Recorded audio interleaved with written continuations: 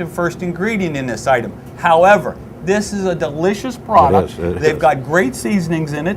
And like Brent said, we're selling a lot of them because people have had them and they're coming back for more. Right, awesome. Because of the price. Yep, because of the price. What was the portion on that, Brent? It's a 3-ounce portion. That's a 3-ounce portion. Yep. And that, how's that come? Let's see, that would come 6 crab cakes on a tray. So you're buying for less than $5, you're buying 6 crab cakes. Let me see if I got this right, Brent. Do the math on it. For a $5 bill, I've got 6 great crab cakes at Johnny's? Yep. Oh my, I'm going to Johnny's, and a lot of people are coming to Johnny's because we're selling a lot of this product.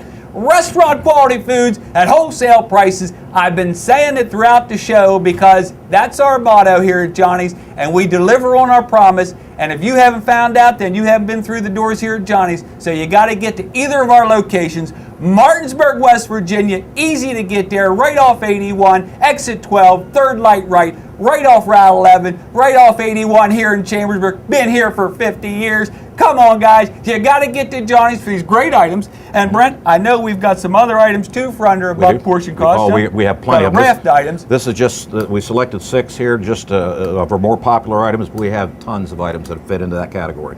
We sure do. We picked these because these are unique. Johnny's is the only place you can get them, and we do a lot with them. So let's get to Roger Tappan now. Like I said, he is going to show us a soup segment today that is going to knock your socks off because we've got over 30 different kinds of soups at Johnny's, and we're not talking just the run-of-the-mill stuff. Yeah, we have that too, the chicken noodles, the beef vegetable, and all that. We've got some unique stuff that you want to give your guests something special. We've got the clam chowders, we've got the seafoods, we've got Captain's corn chowder, Brent. We've got all kinds of awesome soups, Italian wedding soups, and on and on. Over 30. You can always find out on our webpage.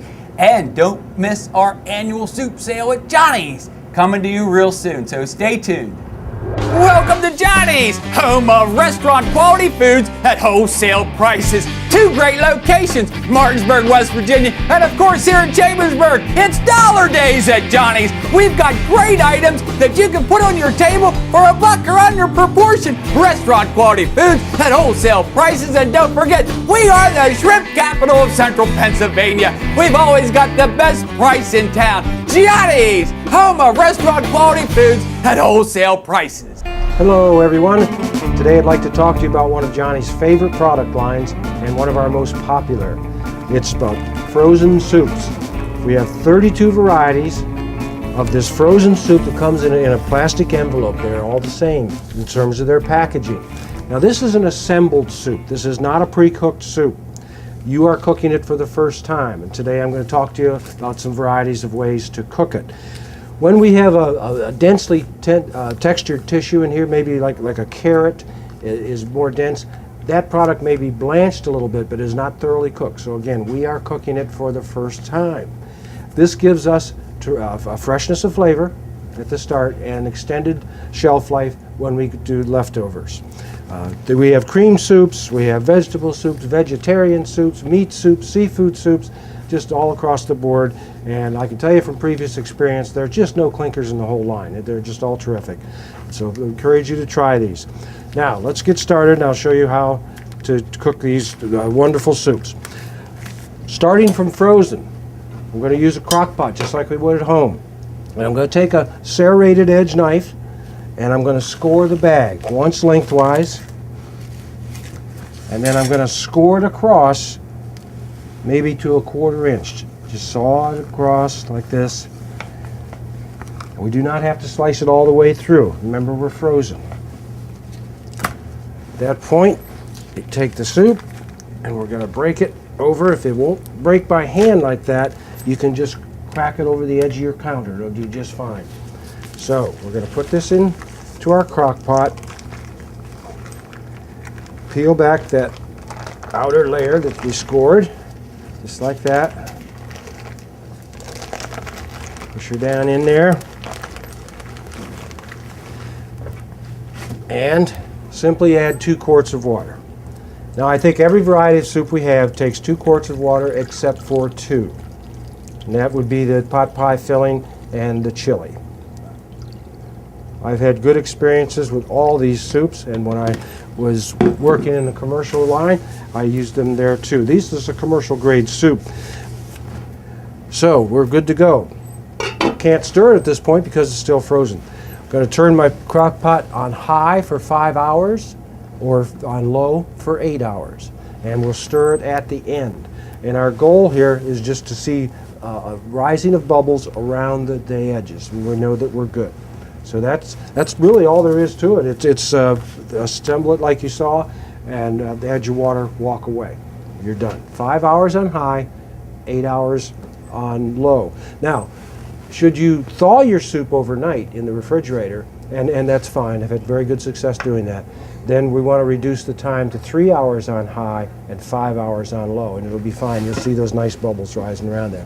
Stir it thoroughly in your crock pot before service, and let it cook a few more minutes, and it'll be fine to serve. Okay, there's your crock pot. Now, for those of us that have double boilers, a pot within a pot, we want to add water to a point that's about a ½ inch below the bottom of this pot. We don't want the water in the bottom pot to be touching the bottom of the insert. And then the procedure, get that bottom water in the reservoir in here up to a simmer again. Does not have to be at a rolling boil. And then we're going to do the same thing. We're going to score our product, break it, open it in here, add 2 quarts of water, stir it up, and let her simmer. Now, we want to go back to this when we're doing the double boiler cooking situation, and we want to stir it, maybe with a wooden spoon from the bottom or a metal spoon, and scrape the edges a little bit. You don't have to stand there and stir it at all. We've got good protection because we're in a double boiler, but we do want to get back to it and stir it 4 or 5 times. In about, say, an hour and a half, here again, we're going to see the bubbles rise around the edge, and it's going to be just fine. Our goal is to cook this to 180 degrees and let it simmer at 180 degrees for 10 minutes. We want to avoid a rolling boil. That's not necessary, and we have a little danger of scorching it, but so we just want to keep it at that low simmer. So there's your double boiler. And perhaps the most conventional way is standard stock pot. We want to do that over medium heat. Now I've got this is partially frozen, our Italian wedding soup, which is wonderful. I'm going to add the soup in the bag. Just get the ingredients out of there.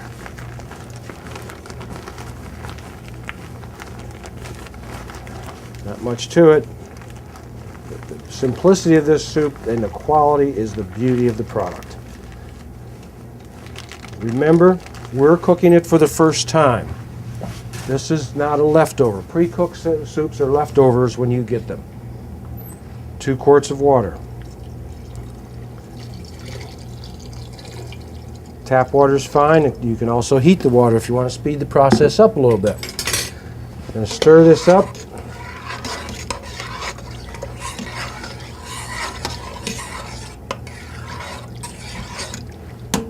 We're ready to go. Now, over medium heat, again, we want to raise this to 180 degrees, at which point you'll see the bubbles just popping the surface around the edge.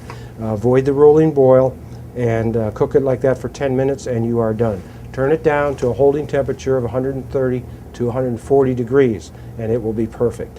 Now, we have to cook the whole envelope of soup, because we do not know how the seasonings and ingredients are distributed throughout this package, so we have to cook it all. Each package, the varieties vary a little bit. We'll make a few ounces less than a gallon, a few ounces more than a gallon. So what we can do, because we are cooking this for the first time, is we can chill it down, and then we can portion it and